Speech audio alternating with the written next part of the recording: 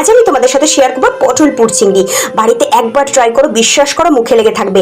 পটলগুলো বেশ বড় বড় সাইজের নেবে, ভিতর ভালো করে আঁচড়ে নিয়ে ভিতর থেকে দানাগুলো বের করে নেবে, নিয়ে বেশ পরিষ্কার করে নেবে। তারপরে কিছুটা কুচো চিংড়ি নেবে, চিংড়িটা পাটার মধ্যে বেটে নিতে পারো, তোমরা চাইলে মিক্সিতেও বেটে নিতে পারো। ওই দানাগুলো বেটে নেবে, নিয়ে দিয়ে দেবে কড়াতে পরিমাণ মতো সর্ষের তেল, তারপরে দানাগুলো দিয়ে পেঁয়াজ বাটা দিয়ে দেবে, ওই চিংড়ি বাটা, পরিমাণ মতো হলুদ, পরিমাণ মতো লবণ, জিরের গুঁড়ো, ধনের গুঁড়ো, ভালো করে নাড়িয়ে চাড়িয়ে শুকনো করার মধ্যে দিয়ে দেবে একটু বেসন। বেসনটা টেলে নিয়ে ওই পুরটার মধ্যে দিয়ে ভালো করে মেখে এইভাবে পটলের মধ্যে ভরে দেবে। তারপরে আমি পুরো রান্নাটা সর্ষের তেলে করেছি, তোমরা চাইলে সাদা তেলেও করতে পারো। আমি তেলটা গরম হয়ে আসলে পটলগুলো দিয়ে ভালো করে লাল লাল করে একটু ভেজে নিয়েছি।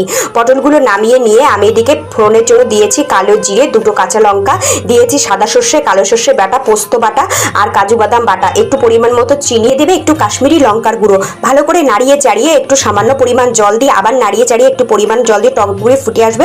পটলগুলো